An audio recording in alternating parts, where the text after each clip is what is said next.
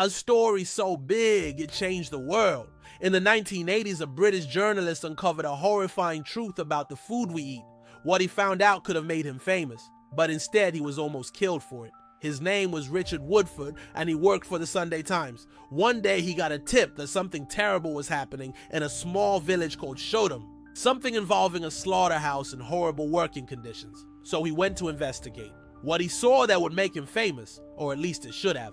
He saw pigs being kept in their own waste, getting skin diseases, having their limbs cut off while they're still alive. It was awful, and he wrote a story about it. It was the biggest scandal in British history. It led to the biggest overhaul of food safety regulations ever, and it led to the creation of the Food Standards Agency, which is still around today. But while the expose brought Richard Woodford fame and fortune, it also made him a very dangerous enemy, an enemy with deep pockets and a taste for revenge. The owner of the slaughterhouse was a billionaire with connections to the Russian mob, and when he found out who was responsible for the expose, he vowed revenge. The billionaire hired a team of thugs, and they beat up Richard Woodruff. They broke his ribs, they nearly killed him.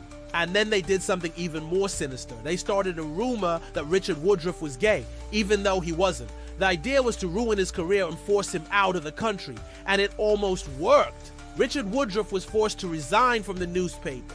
He was too afraid to leave his house. He couldn't take his kids to school. His life was ruined. But eventually he did something no one thought he could do. He came back and fought back. With the help of his friends at the newspaper, he took the billionaire to court, and the billionaire lost. He was fined over £200,000, the biggest fine ever at that time for a food safety offense. Richard Woodruff went on to have a long and happy retirement. He died in 2013, but the story doesn't end there. After Richard's death, the Food Standards Agency decided to investigate the slaughterhouse.